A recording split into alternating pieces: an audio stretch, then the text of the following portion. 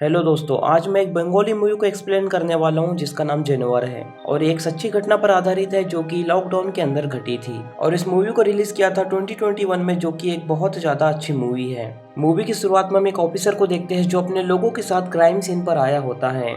इसके बाद वो अपनी टीम से पूछता है कि यहाँ पर क्या हुआ था। तब उसकी टीम उसे बताती है कि यहाँ पर बहुत ही ज्यादा खतरनाक जुल्म हुआ है। इसके बाद वो पुलिस वाला एक कमरे के अंदर जाता है। जब वो वहाँ पर जाता है तो उसे काफी तेज स्मेल आने लगती है। इसके बाद वो दूसरे रूम में जाता है तो वहाँ पर उसे एक लड़की दिखाई देती है जो उस पुलिस वाले को देखकर अपने आप को ढक लेती है और खुद को छूने से मना करती है। ये सुनने के बाद वो बोलता है कि मैं एक पुलिस वाला हूँ, इसलिए वो चिंता ना करे। लेकिन फिर भी वो लड़की कोई भी जवाब नहीं देती और उस पुलिस वाले को वहाँ से जाने के लिए बोलती है, क्योंकि वो काफी दहशत में थी और बहुत ज्यादा डरी हुई थी। इसके बाद उसे उसकी छोटी बहन भी नजर आती है। जब वो उसके पास जाता है तो वो भी उससे डर रही होती है। फिर वो बोलता है कि मैं एक पुलिस ऑफिसर हूँ, फिर तुम मुझसे क्यों डर रहे हो। फिर वो लड़की भी उसे बोलती है कि वो उसे टच ना करे।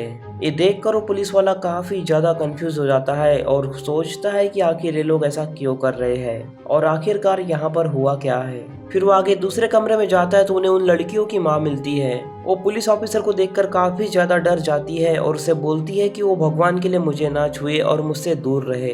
ये देख के वो पुलिस ऑफिसर काफी ज्यादा हैरान हो जाता है और उस छोटी लड़की के पास जाकर उसे पूछता है कि आखिर यहाँ पर हुआ क्या है। फिर वो छोटी लड़की उसे बताती है कि उसका नाम होरिन है और पिछली रात मेरा बर्थडे था। इसके बाद सीन शिफ्ट होता है और हमें एक दिन पहले का सीन दिखाया जाता है, जहाँ पर होरिन अपने भाई के पास जाती है जो कि बोल भी नहीं सकता था। इसके बाद वो अपनी माँ के पास जाती है और उसे बोलती है कि आज मेरा बर्थडे है, तो वो उसके लिए बड़ा सा केक लेके आए। जिस पर उसकी माँ उसे कहती है कि तुम्हारा बर्थडे कल रात 2:30 बजे बनाया जाएगा, क्योंकि तुम 2:30 बजे ही पैदा हुई थी। इसके बाद हम देखते हैं कि दोनों माँ बेटी बर्थडे के लिए तैयारी शुरू कर देती है। तभी उसकी माँ को उसके हस्बैंड का कॉल आता है जो कि जॉब के लिए मलेशिया गया हुआ था। वो उससे कहती है कि काश तुम भी यहाँ होते, और उसे काफी ज्यादा मिस करने लगती है। फिर होरिन की बहन उसकी आंख बंद करके उसे यहाँ पर ले आती है और तभी होरिन ये सब देखकर काफी ज्यादा खुश हो जाती है। इसके बाद उसकी बहन प्रिंस से उसका केक लेकर यहाँ पर आती है। फिर होरिन कहती है कि ये केक काफी ज्यादा छोटा है और वो उस केक को फ्रिज में रखने के लिए चली जाती है और उसकी माँ को कहती है कि वो इसे रात में 2:30 बजे ही काटेंगी। इसके बाद उसकी माँ कहती है कि तुम लोग अब जाकर कमरे में सो जाओ, और वो दोनों जाकर अपने अपने कमरे में सो जाती है। इसके बाद हम देखते हैं कि होरिन की रात में जल्दी नींद खुल जाती है और वो 11 बजे ही उठ जाती है और वो अपनी बहन के पास जाकर उसे उठाने की कोशिश करती है, लेकिन उसकी बहन काफी ज्यादा गहरी नींद में थी। इसके बाद वो अपनी माँ के पास जाती है और उसे कहती है कि उसे नींद नहीं आ रही, जिस पर उसकी माँ उसे चुपचाप जाकर सो जाने के लिए कहती है और साथ ही उसे बोलती है कि वो 1 बजे उठकर उसका बर्थडे सेलिब्रेट करेंगी।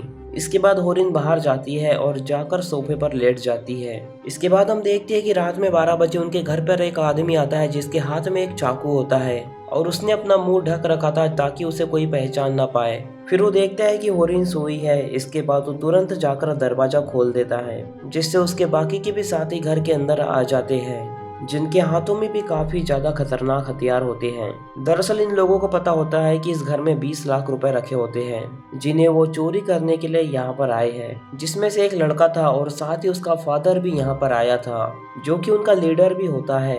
तभी वो लड़का उसके फादर से कहता है कि इनकी एक बड़ी बेटी भी है जो कि काफी ज्यादा सुंदर है, इसीलिए वो उसके साथ एक बार मजे लेना चाहता है। जिस पर उसका फादर उसे कहता है कि उन्हें एक बार पैसे मिल जाए फिर वो जो चाहे उनके साथ कर सकता है।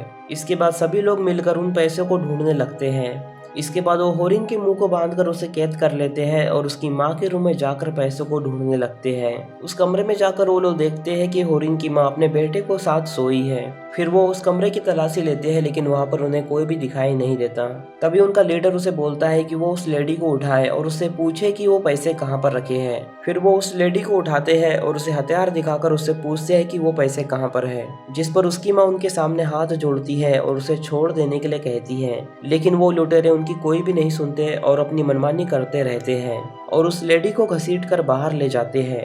तभी वो लेडी उसे बोलती है कि उसके पास इतने पैसे नहीं हैं, उसके पास जितने भी पैसे होंगे वो खुद उसे वहां पर लाकर दे देंगी। लेकिन जब वो पैसे को लेने के लिए जाती है तो उसके पास केवल 30,000 ही होते हैं। ये सुनकर वो लीडर काफी ज्यादा हैरान हो जाता है और उसे 20 लाख रुपए लाने के लिए बोलता है।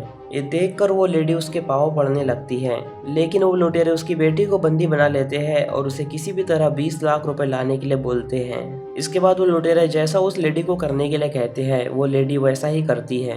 तभी वो लुटेरे उस लेडी को अपनी बेटी का कमरा खुलवाने के लिए बोलती है, क्योंकि उन्हें लग रहा था कि शायद वो पैसे उसकी बेटी के कमरे में रखे हुए हैं। इसके बाद वो अपनी बेटी को दरवाजा खोलने के लिए बोलती है तो उसकी बेटी दरवाजा नहीं खोलती, क्योंकि वो बाहर के शोर को सुनकर सतर्क हो गई थी और उसने अपना दरवाजा अच्छी तरह लॉक कर लिया था। तभी उसकी बेटी उससे पूछती है कि बाहर और कौन है, जिस पर उसकी माँ उसे बोलती है कि बाहर और कोई नहीं, सिर्फ मैं अकेली हूँ। अब ये सुनकर वो दरवाजा खोल देती है और वो सभी लुटेरे अंदर घुस जाते हैं और उसे भी बंदी बना लेते हैं और उसके कमरे को पूरी तरह चेक करने लगते हैं। वो अच्छी तरह उस कमरे की तलाशी लेते हैं, लेकिन उन्हें वहां पर कोई भी पैसे नहीं दिखाई देते, जिससे उन लुटेरे को काफी ज्यादा गुस्सा आता है और वो उन्हें हॉल में बांध कर लेके आते हैं। लीडर उस लेडी से कहता है कि हमें किसी भी हाल में 20 लाख रुपए चाहिए, जिस पर वो लेडी उसे कहती है कि मेरी बेटियों को छोड़ दो। लेकिन तभी उनमें से बड़ी बेटी एक लड़के का मास्क हटा देती है और तभी वो लेडी देखती है कि वो उनके रिक्शे वाला फरहाद है, जो उसकी बेटी को अक्सर स्कूल छोड़ा करता था। ये देखकर वो औरत उसे पीटने लगती है और उसे बोलती है कि मैं तो तुम्हें एक अच्छा इंसान समझती थी, लेकिन तुम तो एक बहुत बेकार इंसान हो। इसके बाद सभी लोग अपना अपना मास्क भी हटा देते हैं, जिसे देखकर वो पूरी फैमिली काफी ज्यादा हैरान हो जाती है, क्योंकि यहाँ पर जितने भी लोग थे वो सभी लोग उनके घर के लिए ही काम किया करते थे और इन सभी लोगों ने मिलकर इस घर को लूटने का प्लान बनाया था। लेकिन यहाँ पर फरहाद का पिता काफी ज्यादा जिद्दी होता है और वो उसे किसी भी तरीके से 20 लाख रुपए लाने के लिए बोलता है। ये देखकर उसकी मदर एक रूम में जाती है और अपने सारे ज्वेलरीज लेकर यहाँ पर आती है और उन ज्वेलरीज को देखकर उन्हें बोलती है कि ये सब ले लो और हमें छोड़कर यहाँ से चले जाओ, और वो पुलिस से इसके बारे में कुछ भी नहीं बताएंगी। लेकिन तभी फरहाद का पिता अपने एक साथी को डांटने लगता है, क्योंकि उसी ने बताया था कि इस घर में 20 लाख रुपए रखे हुए हैं। तभी वो आदमी बोलता है कि जब वो मैडम को रिक्शे से ले जा रहा था तब उसने मैडम को किसी से बात करते हुए सुना था कि उसने घर में 20 लाख रुपए रखे हुए हैं, लेकिन अब मुझे नहीं पता कि वो पैसे कहां पर चले गए। ये सुनकर वो औरत कहती है कि अगर मेरे पास 20 लाख रुपए होते तो मैं तुम्हें दे देती, क्योंकि मुझे अपनी बेटियां बहुत ज्यादा प्यारी है। इसके बाद फरहाद का पिता उसे बोलता है कि उसे काफी ज्यादा भूख लगी है, इसलिए वो उसे किचन में जाकर पुलाव और चिकन बनाने के लिए बोलता है। इसके बाद हम देखते हैं कि वो लेडी किचन में जाती है और पुलाव और चिकन बनाने लगती है। इधर फरहाद और उसके एक दोस्त की नजर उसकी बेटी पर थी, जो उनकी बेटी के साथ कुछ बुरा करने वाले थे।